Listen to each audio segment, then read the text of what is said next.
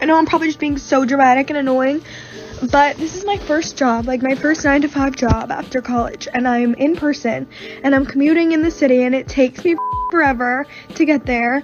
There's no way I'm gonna be able to afford living in the city right now, so that's off the table. Like, duh! If I was able to walk to work, and it'd be fine, but I'm not. And There's no probably about it, woman. You are definitely being dramatic. Humans have been spending 3 hours a day getting to and from a job that they loathe for the last century and a half, and nobody likes it. It's called being a grown-up. You get used to it. But I got a bigger question for you. If this is your first 9-to-5 after college, what exactly were you expecting? Were you just banking on the prospect that the science people would figure out a way to fold space and time so you could just walk through a portal and be at work instantaneously? Don't get me wrong, the science people have been trying, but they just can't seem to get the spices right. So it literally takes me, like, I leave here, like, I get on the train at 7:30 and I don't get home till like 6:15 earliest, and then like I don't have time to do anything. I want to shower, eat my dinner, and go to sleep. I don't have time or energy to cook my dinner either. Like, I don't have energy to work out. Like, that's out the window. Like, I'm so upset. That's not my problem. It's yours.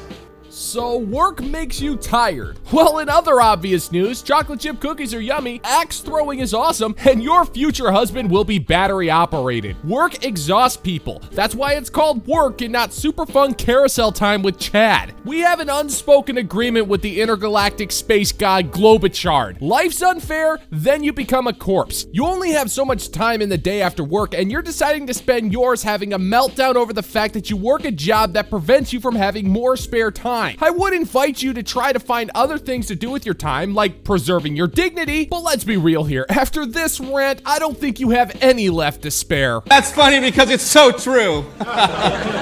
And I know it could be worse. I know I could be working longer, but like, I literally get off, it's pitch black. Like, I don't have energy. How do you have friends? Like, how do you have time to like meet like a guy? I don't know. Like, how do you have time for like dating? Like, I don't have time for anything, and I'm like so stressed out, and I'm also getting my period, so that's why I'm all emotional. But like, am I so dramatic? It's fine.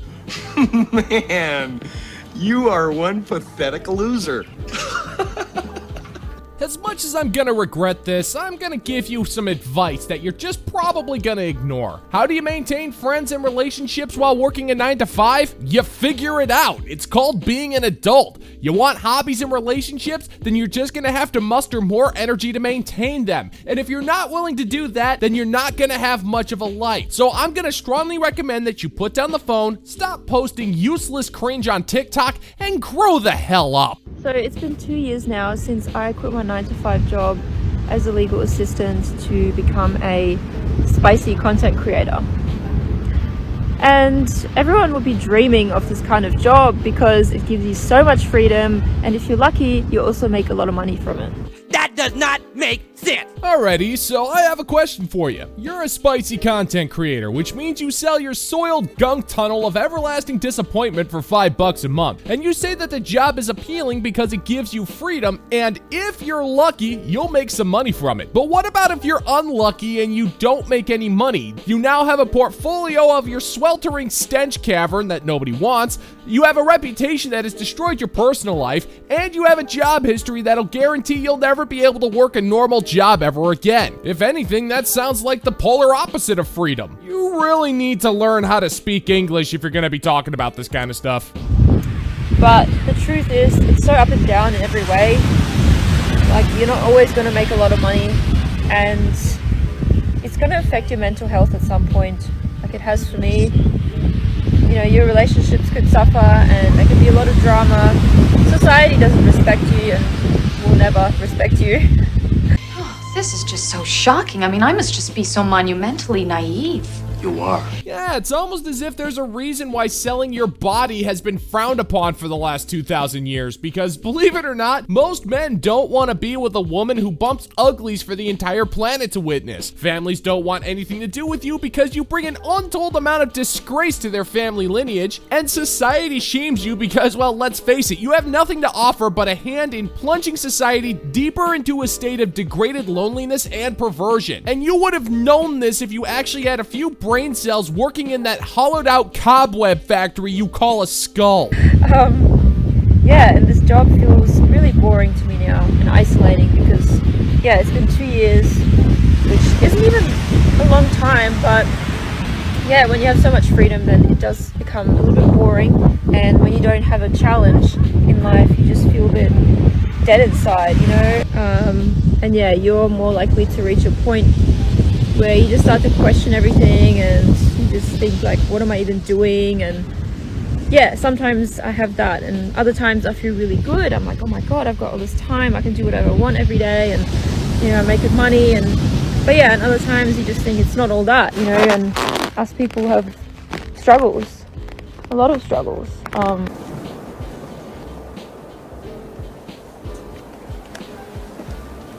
Nice try.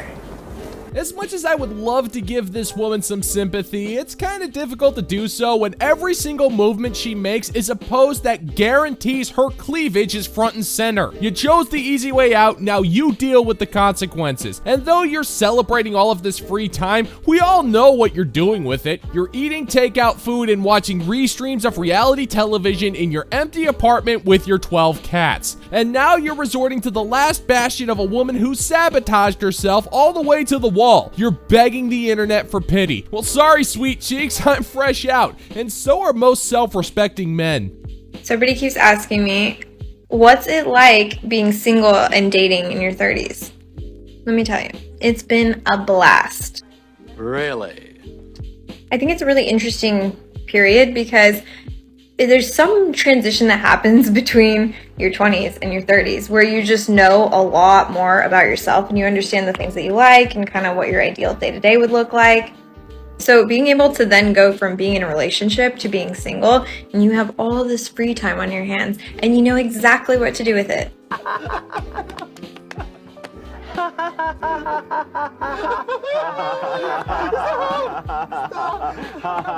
You strike me as the type of woman who enjoys a nice hot cup of cope with her morning oatmeal. You're glossing over the fact that you broke up with someone in your 20s, so that leads me to believe that the relationship didn't work out because you thought the grass would be greener with someone else. And once you realized that Raphael wanted nothing to do with you, you cope the best way you know how, by endlessly scrolling through social media and trying to get people to believe that you're totally happy with being single in your 30s and making a vain effort to not regret your life choices by leaving your ex.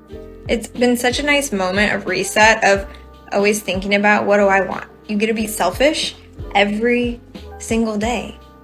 What time do you want to wake up? What do you want to do with your morning? What do you want to eat for breakfast, lunch, and dinner? What do you want to do in the afternoon? What do you want to do that weekend? You could do anything. Boring.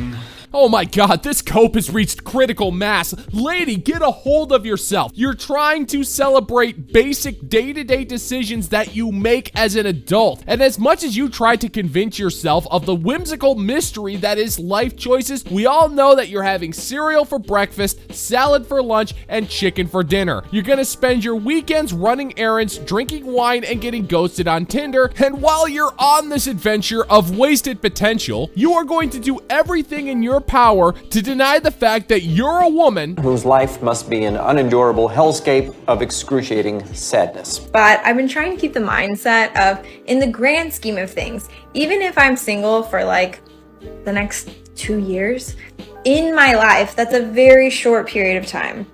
So during this very small chapter of my life, I'm just gonna really enjoy it. I don't have to worry about what anyone else needs. I can take all of that energy and just spend it on myself. What we got here is a little game of show and tell. You don't want to show me nothing, but you tell me everything. This is the look of a woman who knows that she is desperately trying to kid herself into thinking that her life isn't meaningless as it all seems. She's doing this by fishing for positive support in the form of likes and words of encouragement from other hopelessly single women on the internet. And though deep down she knows she's wasting her time and life, she is also panicking. She knows that she only has a few more years to find a guy, because if she doesn't, she'll end up just like her ovaries, old, dusty, and profoundly useless.